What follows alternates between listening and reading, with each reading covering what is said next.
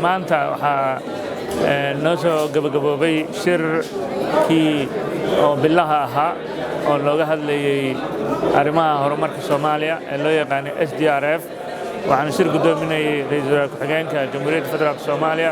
Shirkan waa shir ay ka soo qayb galaan dhammaan beesha caalamka, ha noqoto diblomaasiyiinta, ha noqoto deeq-bixiyaasha. waxaana sidoo kale maanta halkaas shir gudoonkii la wareegay USAID halkii marka hore ay ka ahayd DFID waxaana looga hadlay arrimo fara badan oo ah sidii hay'adaha kala duwan ee dawladdu warbixin looga dhageysan lahaa horumar ka socda. waxaa warbixin laga dhageystay maamulka gobolka Banaadir oo soo bandhignay horumarka lagu tallaabsaday iyo mashaariicda socota iyo sidaan u doonayno beesha caalamku inay kaalin uga geystaan.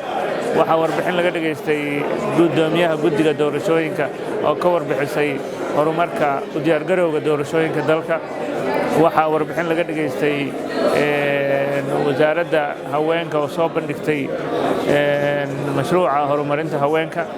waxaa isla markaana halkan lagu ansixiyay mashaariic ay ka mid ahaayeen sidii doorashooyinkana loo taageeri lahaa iyo sidii ilmaha ka yimaada argagixisada loo xanaanayn lahaa, looga warqabi lahaa. waxaa kaloo iyadana laga hadlay oo shirka muhiimad weyn u lahaa shirka soo socda ee xiriirkii iskaashiga Soomaaliya SBF loo yaqaano oo la rabo in Muqdisho lagu qabto bisha soo socdo looguna diyaargaroobo oo hay'adaha caalamka oo dhan ay ku taageerayaan Soomaaliya sidii doorasho uga dhici lahayd 2020-2021. marka waxaan filayaa shirkan aad buu muhiim u ahaa.